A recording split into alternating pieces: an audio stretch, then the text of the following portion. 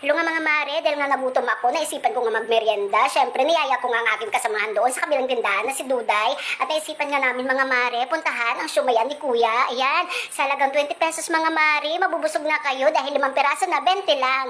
Depende naman sa inyong timpla mga mare. Meron din namang chili, with calamansi. At kung ayaw naman na maanghang, siyempre, wag niyong lagyan. At siyempre nga mga mare, dahil nga si Kuya palagi doon nagtitinda. Siyempre, marami na siyang mga suki, di ba? At bukod pa dyan mare, meron pa siyang gulaman. At syempre, hindi naman pwedeng hindi ko titikman ang gulaman ni Kuya dahil sigurado naman ako na masarap yan, di ba? Dahil nga sa busy-busy si Kuya, nagawa ko nga siyang mag-video-video na nga, di ba, mga mare? At syempre, habang at mga mare, makin nyo, di ba, sa 20 pesos lang, 5 siomay na yan, mga mare. Busog na ang inyong mga gutom na bulate. At saka nga mga mare, syempre,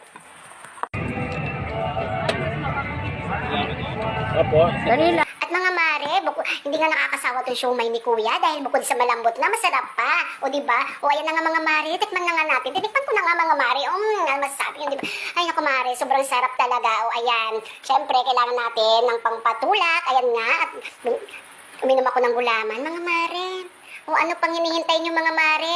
Tikman nyo na nga itong sumayan ni Kuya. At sigurado mare, masasarapan din kayong kamukha ko, di ba?